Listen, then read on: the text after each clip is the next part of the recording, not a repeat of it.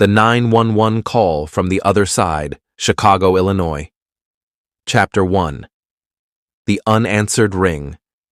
It was a chilly Tuesday evening in Chicago.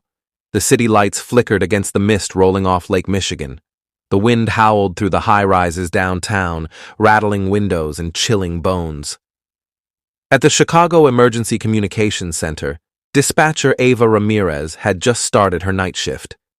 She'd been working as a 911 operator for 6 years and had heard every type of call imaginable: domestic disputes, shootings, fires, heart attacks, but nothing could have prepared her for what was about to happen that night. At exactly 10:04 p.m., the emergency line rang. 911, what's your emergency? Ava asked, her voice steady, fingers ready to type. There was silence. Then, static. A low, guttural hum, almost like someone trying to speak through water. Ava leaned forward. Hello? This is 911. Do you need help? Then came a whisper. He's here. Ava froze. The voice was faint, childlike. A girl, maybe 8 or 9 years old. Who's there, sweetie? What's your name? Static again. Please, can you tell me your name? Are you in danger? Then clearer this time. He comes at night. Please, help us. Ava's heart skipped a beat. Where are you? What's your location? There was a long pause. Then the voice whispered, 1124 West Kinsey Street, Chicago. Click. The line went dead. Chapter 2. The House on Kinsey Street. Ava immediately flagged the call. We've got a potential child in danger, she told the nearest supervisor. The address was an old neighborhood near the West Loop, half gentrified, half forgotten. Officers Morris and Denham were dispatched. They arrived at 1124 West Kinsey Street 20 minutes later. The house was an aging Victorian duplex sandwiched between 2 newer apartment buildings. Its paint was peeling, windows boarded, and weeds had claimed most of the front yard. Denham approached the front steps. Looks abandoned. Let's check anyway, Morris replied, knocking on the door. No answer. He knocked harder. Still nothing. Just as they were about to turn back, the door creaked open. Both officers stepped inside cautiously. The house smelled of mildew and dust. The wallpaper was rotting. Furniture lay covered in white sheets. Every step they took echoed through the walls. Chicago PD, Morris called. We received a 911 call from this address. Anyone here? Nothing, until they reached the living room. There, on the coffee table, sat a rotary phone. It was old, disconnected. The cord snipped cleanly at the base. Denham raised an eyebrow. That's impossible. No way anyone called 911 on that. They searched the house, top to bottom. No sign of life, no cell phones, no electricity, no child. They returned to the car. Morris radioed back. Address is abandoned, no one inside. But Ava wasn't convinced. She pulled the call logs.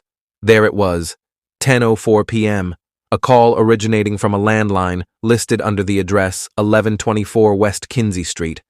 Problem was, that line had been disconnected since 1996. Chapter 3. A Voice from the Past. The next morning, Ava couldn't shake the feeling. She dug deeper. According to city records, the house had been vacant for nearly 30 years. The last owner? A man named Walter L. Granger, a retired steelworker who died of a stroke in 1996. But it was a news clipping from 1995 that made her blood run cold. Family tragedy on Kinsey Street. Woman and 2 children found dead in apparent murder-suicide. The article described a gruesome scene. Walter's daughter, Elaine Granger, had killed her 2 children, Samantha, 8, and Eli, 5, before taking her own life. Neighbors reported hearing screaming late into the night, but no one called the police until the next morning. The time of death? Sometime between 10 p.m. and 11 p.m. The same time Ava received the mysterious call. Ava replayed the recording, the girl's voice, the whisper. He comes at night. Could it have been Samantha? She shuddered. Chapter 4. Repeating signal. That night, Ava stayed late. At 10:04 p.m., the line rang again. She stared at the screen. Same number, same address. 911, what's your emergency? She asked, her voice a whisper now. The static returned. Then the voice. He's angry tonight. Ava's skin prickled.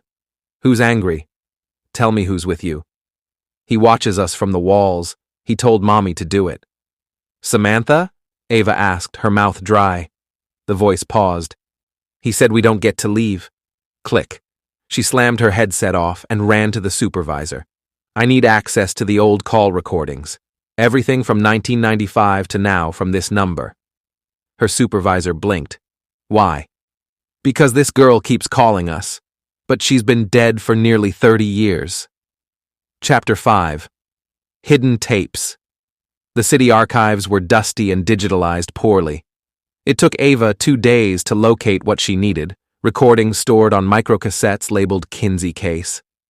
She borrowed a player and listened. And there it was. A 911 call from October 14th, 1995, exactly 30 years ago. A little girl's voice, shaking, crying. He's here. Mommy's acting weird. She says the man in the walls is telling her things. The dispatcher had dismissed it as a prank. The call lasted 3 minutes. It ended with screaming. Ava felt sick. The voices were identical. She played her recent call again. Same voice, same words. It wasn't a new call. It was the same call, playing over and over again, through a phone line that no longer existed. Chapter 6.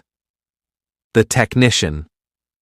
Desperate for answers, Ava contacted Joel Mendez, a telecom technician who'd worked with the city since the 90s. She played the recording for him. Joel listened, pale-faced. This isn't possible. This phone line was physically removed. No wires, no signal. Could it be a hoax? She asked. Joel shook his head.